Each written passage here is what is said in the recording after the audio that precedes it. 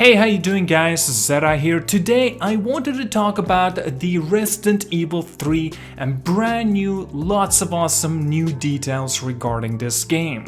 Now, I will be mentioning a few tidbits of information. There might be some spoiler category, don't worry though, I'm not going to be specifically mentioning it story-wise, so you don't have to worry about that. Even though it is a remake, you can expect to have similarities from the original Resident Evil 3. Now, we're actually getting this information from OXM, the magazine, and so yes, this is confirmation, this is real deal. This actually has a meaty 9 to 10 page article on the Resident Evil 3 with plenty of new information. And in this commentary, I'm going to be summarizing them all. Now, let's begin from the first bullet point. It is confirmed that Nemesis is the first monster in the Resident Evil history to break the safe room rule. If he is chasing you, he can break into the safe rooms, just so you know. Number 2, and we continue.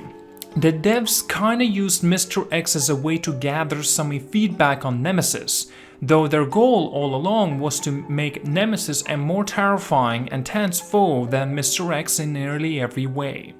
The other bullet point as well, there's some unexpected environmental pauses to be had in the Resident Evil 3, like the classic red explosive barrel.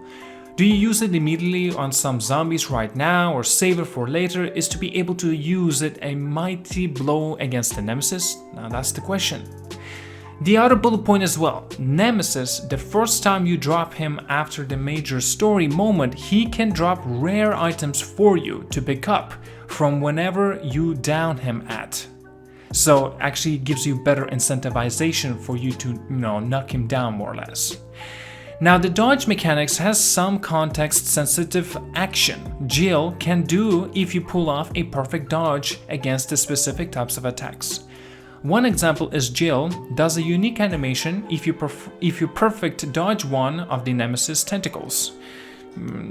Yeah, that kind of speaks for itself.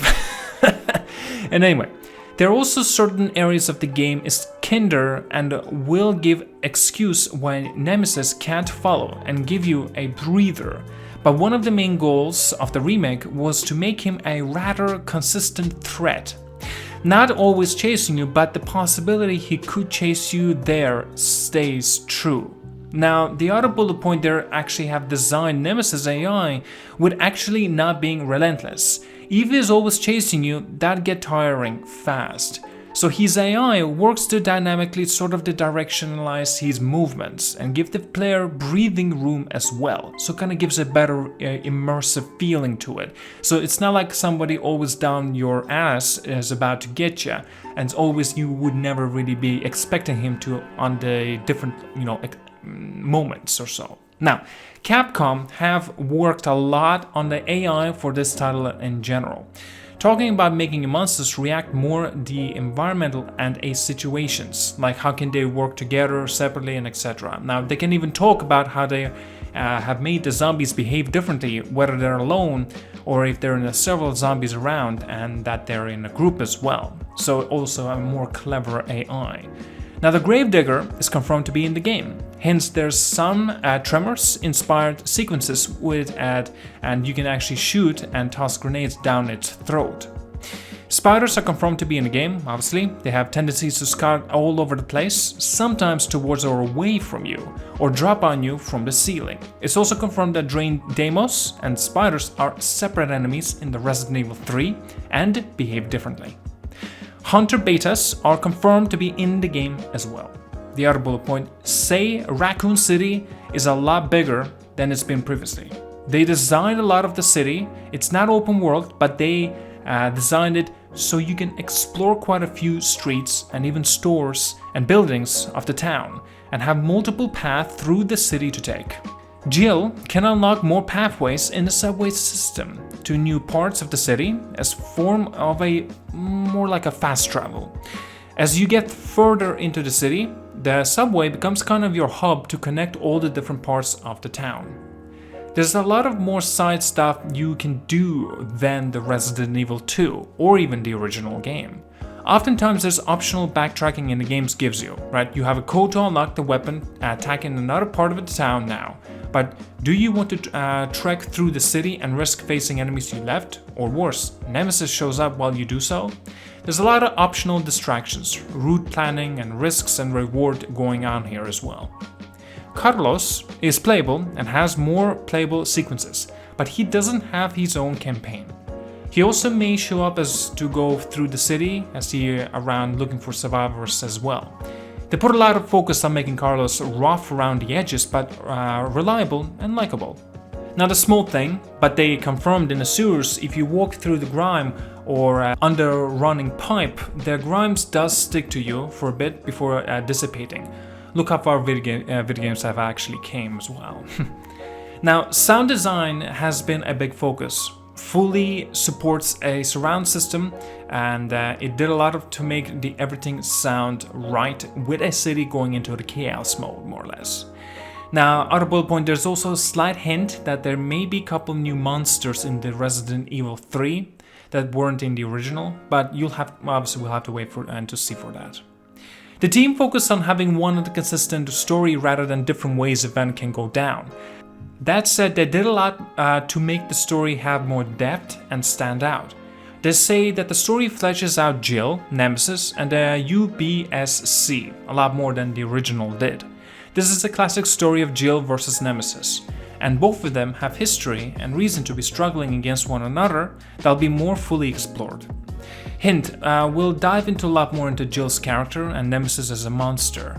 They hope people will be really satisfied with what they've done and added to the story. The other bullet point being asked of returning locations or stuff from the Resident Evil 2. It's answered that you may notice a few things when you go through the game.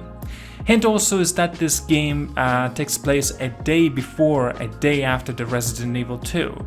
And you may also see some before and after things. Interesting.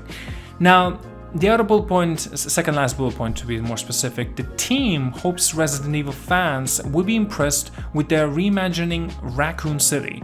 It is an iconic location for the series and they really wanted to get it right and crammed a ton of the attention to the detail into the city they have hope that fans will appreciate.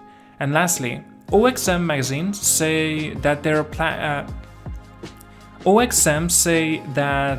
what they've been played so far is extraordinary, and as the rest of the game can keep up to the quality of the 2-3 hours that they have played, is going to become a classic Resident Evil game of all time.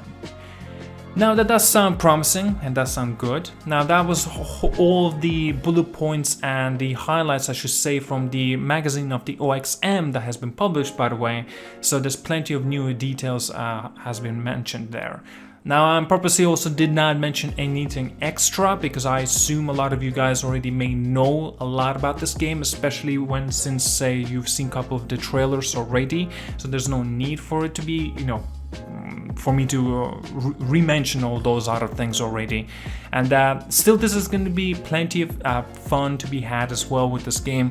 And I want to see as well how they would approach Carlos, since he is actually a little bit of a different character compared to what he was in the Resident Evil 3.